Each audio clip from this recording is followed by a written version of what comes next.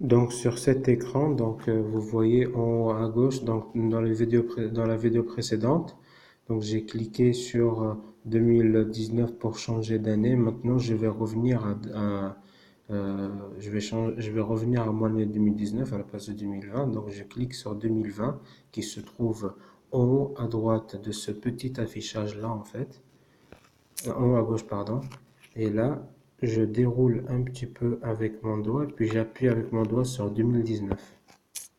Voilà. Et il me met automatiquement donc sur la date d'aujourd'hui. Et donc là, ici, je vais, donc là, moi, je vais maintenir la date du 22 mai. Mais supposons que je veux mettre un rendez-vous pour le mois de juin. Donc j'appuie sur la flèche qui se dirige vers la droite. J'appuie qu'une seule fois, enfin vers comme vous voyez ici, mai 2019, c'est marqué deux signes. Voilà, le signe plus et puis le signe moins. Donc, ça veut dire ici, il y a un signe qui va vers la gauche. Ça veut dire que je vais revenir tout ce qui est mois d'avril, mois de mars, mois de février, mois de janvier. Euh, bon, après, je vois pas l'utilité euh, d'utiliser l'agenda pour des événements qu'on a déjà, pour des événements, pour des dates qui sont déjà passées. Donc là, on va avancer. Donc pour avancer, donc je clique sur la flèche qui se dirige vers la droite. Et là, vous regardez donc ici, la date donc elle change, donc les mois donc changent. Voilà. Je vais revenir au mois de mai, donc j'appuie sur la flèche gauche en l'occurrence pour revenir au mois de mai. Et là, voilà, donc la date d'aujourd'hui, elle est déjà présélectionnée euh, parce que c'est avec un rond, donc un rond bleu, donc sur la date d'aujourd'hui. Donc moi, donc là, moi ici, je vais maintenir cette date-là pour mon événement. Donc je clique sur OK. Voilà. Ensuite, donc ça, la première ligne, donc ici après toute la journée, donc la deuxième ligne, c'est la date de début, la date et l'heure de début. Donc là, je vais appuyer sur l'heure pour configurer mon heure de rendez-vous ou de l'événement. Donc là, je clique sur le 3 PM. Alors PM, c'est une appellation anglaise, donc pour dire que c'est pour l'après-midi. Donc dès que vous avez un rendez-vous pour l'après-midi, vous cliquez sur PM. Et donc c'est PM, c'est pour l'après-midi. AM, c'est le matin. Voilà. Donc je clique sur 3 PM. Pardon. Donc là, je clique sur 3 PM. Et là, donc, j'ai l'horloge donc, qui s'affiche. Et donc là, ici, comme je vous ai expliqué tout de suite, là, par exemple, première indication qu'il faut régler, c'est l'heure. C'est pour cela que c'est marqué, que c'est en gras. Le 3, il est en gras. Ça veut dire qu'il faut d'abord configurer l'heure. Et après les minutes, donc vous avez ici deux choix, AM et PM, comme je vous ai expliqué, ça veut dire le matin et l'après-midi.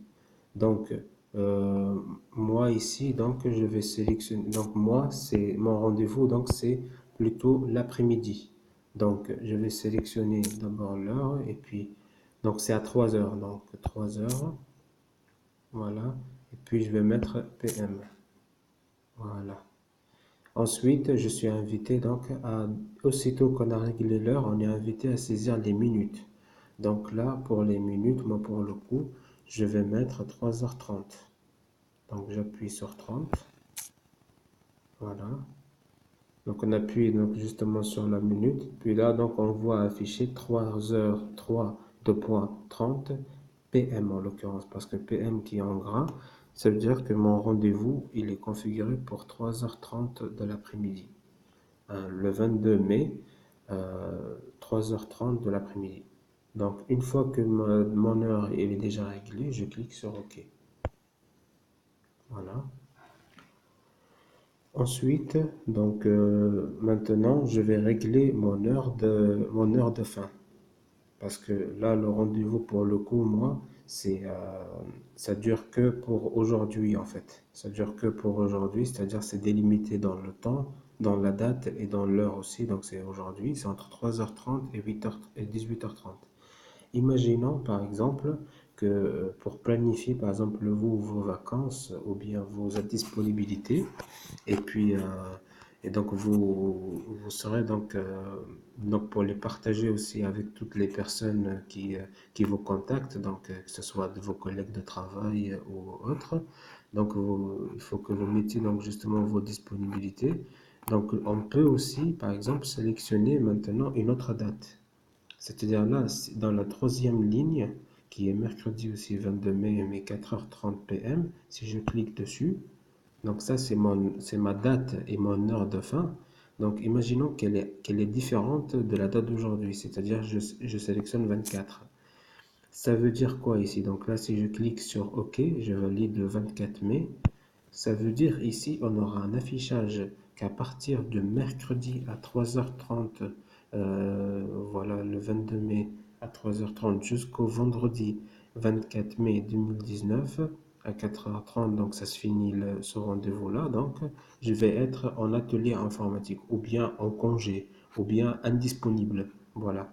Donc là, vous allez pouvoir justement communiquer après à vos amis ou à vos collègues et tout ça de travail que vous êtes indisponible depuis donc le 22 mai à 3h30 de l'après-midi jusqu'au 24 mai à 4h30 de l'après-midi.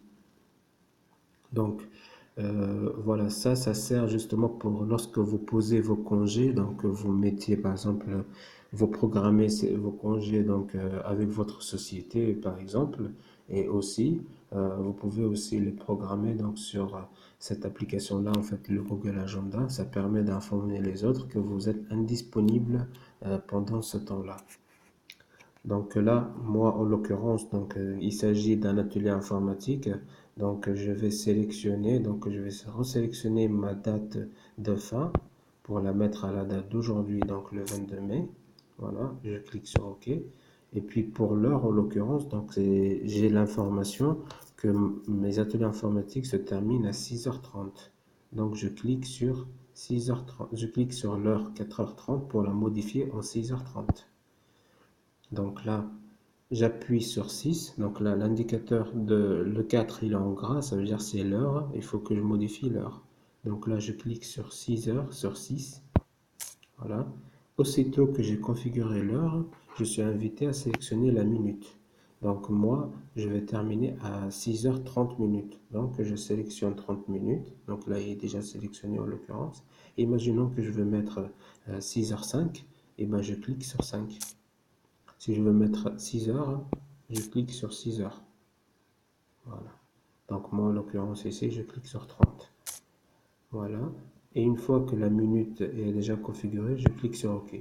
Voilà, donc là, ici, on a notre date et heure de début et date et heure de fin, elle est déjà configurée.